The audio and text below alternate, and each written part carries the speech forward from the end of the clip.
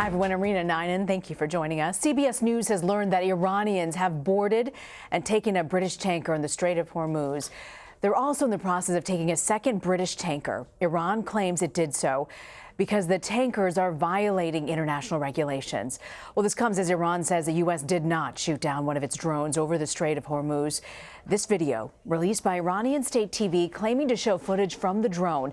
But President Trump told reporters in the Oval Office today he's confident that the U.S. shot it down.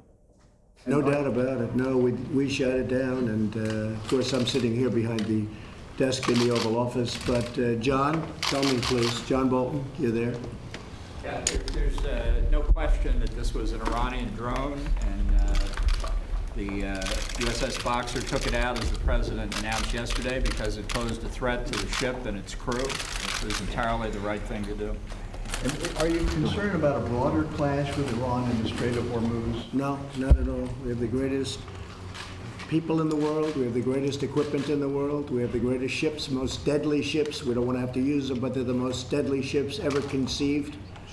And we are not, we hope for their sake they don't do anything foolish. If they do, they will pay a price like nobody's ever paid a price. In a tweet, Iran's deputy foreign minister rebuked the president, saying, "We've not lost any drone in the Strait of Hormuz nor anywhere else. I am worried that the USS Boxer has shot down their own UAS by mistake." CBS News national security correspondent David Martin reports from Saudi Arabia. The Pentagon says the USS Boxer took defensive action when an Iranian drone came within 1,000 yards. The Boxer is an amphibious assault ship, part of a fleet deployed to the Persian Gulf to patrol shipping waters the U.S. accuses Iran of interfering with, an accusation President Trump repeated when he announced the drone had been brought down.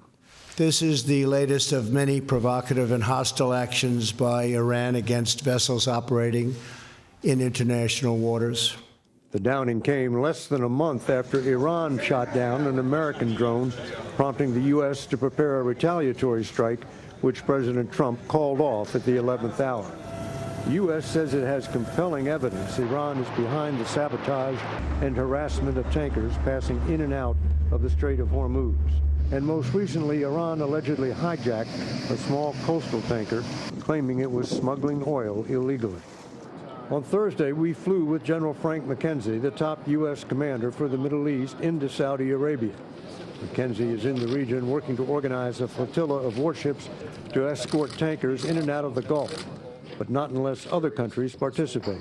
That is an international responsibility, not a United States responsibility, but the United States is very happy to be part of the solution. But only the U.S. can provide the air power to defend against Iranian attacks. The Pentagon is reportedly sending 500 troops to an airbase in Saudi Arabia, last used during the first Gulf War. Now, nearly 30 years later, there is the possibility of another war, this time against Iran.